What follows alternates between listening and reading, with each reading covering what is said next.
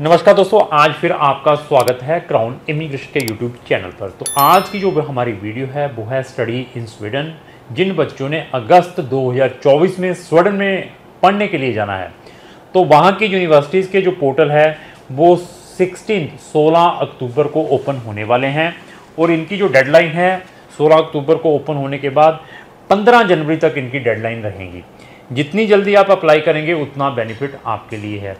IELTS mandatory है, यहाँ पर वो टाइम चला गया। विदाउट आयल्स हम पिछले सेमेस्टर में डालते रहे, पिछले सब्सिक्वेंट जो इनके इनटेक कंप्लीट हुए हैं।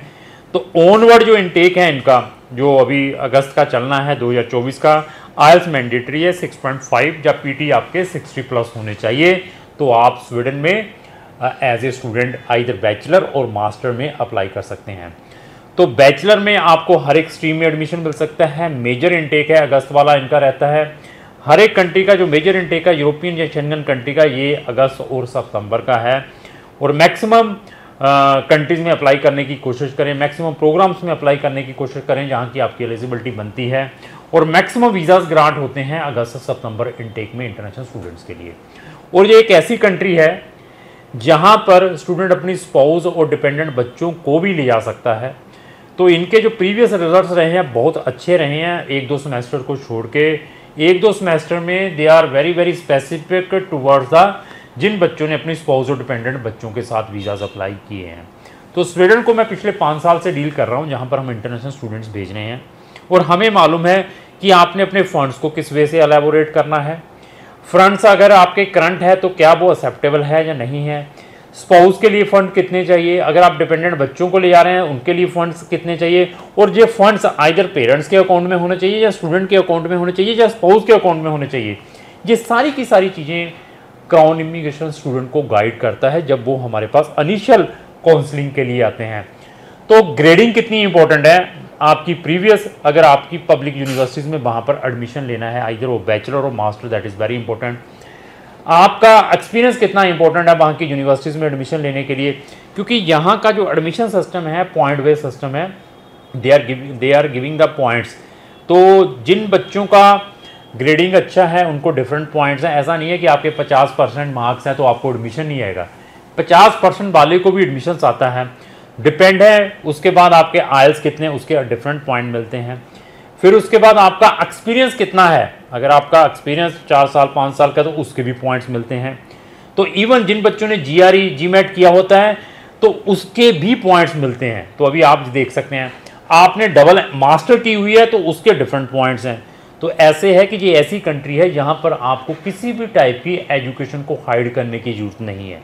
अगर आपने ऑलरेडी 2 मास्टर डिग्रीज की हुई हैं, 3rd मास्टर डिग्री करना चाहते हैं तो आप प्रीवियस मास्टर डिग्रीज भी उन यूनिवर्सिटीज़ को बताते हैं तो वो यूनिवर्सिटीज़ आपको प्रेफरेंस देती हैं जिसके पास सिंगल डिग्री है, या जो बच्चा बैचलर के बाद अप्लाई कर रहा है उसको डिफरेंट प्रेफरेंस है। जिसके पास ऑलरेडी मास्टर डिग्री है उसको ज़्यादा प्रायोरिटीज़ देते हैं, जिसके पास ज़्यादा एक्सपीरियंस उसको ज़्यादा प्रायोरिटीज़ है। तो there is no age bar in countries के अंदर, ये स्वीडन के अंदर एज की भी कोई प्रॉब्लम नहीं है। तो ऐसा है कि यहाँ पर आप नंबर ऑफ यूनिवर्सिटीज़ और नंबर ऑफ प्रोग्राम्स में अप्लाई कर सकते हैं by giving a 1 application fees जो कि 100 यूरो की फ़ीस है। तो वहाँ की आप 3 या 4 प्रोग्राम में अप्लाई कर सकते हैं। तो वो आपके प्रोग्राम हम आपकी प्रीवियस स्टडीज़ को देखने के बाद सजेस्ट करते हैं।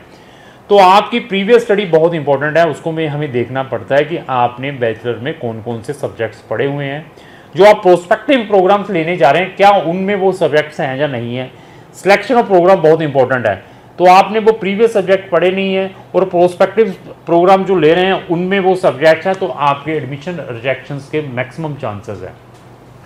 अगर हम वीज़ा सक्सेस को लेकर चलते हैं तो वीज़ा सक्सेस रेट भी स्वीडन का बहुत अच्छा है, पर अगेन डिपेंड है कि आपका कंसल्टेंट आपके फंड्स किस वे से एलेबोरेट किए हुए हैं, आप डिपेंडेंट बच्चों के साथ या स्पाउस के साथ डाल रहे हैं।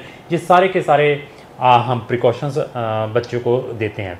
तो बैचलर हर एक स्ट्रीम में मिल सकती है। आपने इंजीनियरिंग में कुछ करना है वी कैन सजेस्ट, मेडिकल में अगर आप कोई बैचलर डिग्री देख रहे हैं उसमें भी, ह्यूमैनिटीज़ में देख रहे हैं, आप बिजनेस में देख रहे हैं, हर एक स्ट्रीम में आपको बैचलर और मास्टर में हम आपको एडमिशन्स दिलवा सकते हैं। एडमिशन्स आने के बाद स्वीडन जो माइग्रेशन एजेंसी है उसके ऊपर आपने रेजिडेंसी कैसे अप्लाई करनी है, कौन से डॉक्यूमेंटों को अपलोड करना है। और during the settlement of your residency permit, जब आपका जो केस ऑफिसर है आपसे अगर कोई एडिशनल डॉक्यूमेंटों की रिक्वायरमेंट कर लेता है तो उसको किस वे से सेटिस्फाई करवाना है, वो डॉक्यूमेंटों को दोबारा कैसे अपलोड करना है। इन केस आपकी एम्बेसी की इंटरव्यू आ जाती है, इन केस आपकी एम्बेसी की इंटरव्यू आ जाती है तो एम्बेसी आपसे क्या क्वेश्चंस पूछ सकती है, क्योंकि हमारे पास प्रीवियस डाटा पड़ा हुआ है बहुत सारे स्टूडेंट्स का जिनकी प्रीवियसली इंटरव्यू हुई है, वो डाटा भी हम प्रोस्पेक्टिव स्टूडेंट्स के साथ शेयर करते हैं।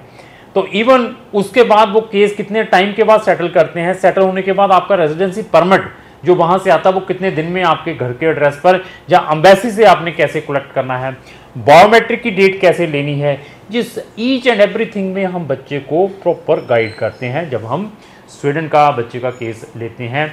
इवन कुछ बच्चों के पास फंड्स की बहुत प्रॉब्लम रहती है, तो बच्चे कहते हैं कि हम भी है how to manage the fund, आप फंड्स के लिए हमें क्या असिस्ट कर सकते हैं। फंड्स मैनेजमेंट में क्राउन इमिग्रेशन बहुत टेक्निकल है, क्योंकि 100 कंट्रीज़ को हम डील करते हैं। हमें मालूम है कि इस कंट्री में फंड्स दिखाने के लिए आपने क्या प्रिकॉशंस लेने हैं। तो ऐसा है कि अगर आपका प्रीवियसली स्वीडन का वीज़ा रिफ्यूज्ड है या आपका प्रीवियसली स्वीडन का एडमिशन नहीं आ पाया, तो अभी इस साल फिर अप्लाई करवाना चाहते तो हमारा ओपिनियन भी आप ले सकते हैं। इवन जाने के बाद अपने पेरेंट्स को वहाँ पर टूरिज़्म के लिए बुलाना चाहते हैं तो उसमें भी क्राउन इमिग्रेशन आपकी हेल्प कर सकती है। तो आप ऑलरेडी किसी भी कंट्री में हैं, वहाँ से स्वीडन में एज एजुकेशन लेने के लिए आना चाहते हैं तो क्राउन इमिग्रेशन उसमें भी आपकी हेल्प कर सकती है। तो वहाँ पर डिफरेंट टाइप के स्कॉलरशिप्स हैं, वो कैसे ले सकते हैं, वो स्कॉलरशिप किन बच्चों के लिए एप्लीकेबल है, कौन सी डिग्री में अगर आप अप्लाई करते हैं जिसमें आपको स्कॉलरशिप मिल सकता है, वो सारा का सारा हम बच्चे को before taking the case explain करते हैं, क्योंकि प्रोफाइल बहुत इंपॉर्टेंट है before putting your admission in any country और before putting your visa in any country. हमें मालूम है कि कौन सी यूनिवर्सिटीज़ लेनियट है एडमिशन्स के लिए, कौन सी एम्बेसीज लेनियट है वीज़ा के लिए, जिनकी प्रोफाइल किस वे की होनी चाहिए। तो अगर आप इन सब चीज़ों का इनकैशमेंट करवाना चाहते हैं तो आप हमें संपर्क कर सकते हैं, अपनी प्रोफाइल असेस करवा सकते हैं। आपका एडमिशन अपने लेवल पर आया है, आप चाहते हैं कि मैंने रेजिडेंसी के लिए क्राउन इमिग्रेशन को हायर करना है, तो क्राउन इमिग्रेशन उसमें भी आपको सर्विस दे सकती है। तो आपको किसी भी टाइप की कोई सर्विस चाहिए स्वीडन के अलावा भी, उसमें भी हम आपको गाइड कर सकते हैं। तो क्राउन इमिग्रेशन स्वीडन में नंबर ऑफ स्टूडेंट्स को भेजती है, हमारी नंबर ऑफ वीडियोस है रिलेटेड स्टडी इन स्वीडन, उसकी हमारी डेडिकेटेड प्लेलिस्ट है। उस प्लेलिस्ट का लिंक भी मैंने अपने डिस्क्रिप्शन बॉक्स में लगा दिया है, वहां जाकर हमारी नंबर ऑफ वीडियोस वॉच करें, उसके बाद डिसीजन लें कि आपने जो अपना केस है स्वीडन का कौन से कंसल्टेंट के थ्रू प्रोसेस करवाना है। तो लास्ट में मेरी यही रिक्वेस्ट है, अगर आपको जो मेरी वीडियो अच्छी लगी इसको लाइक एंड शेयर करना ना भूलें। Thank you.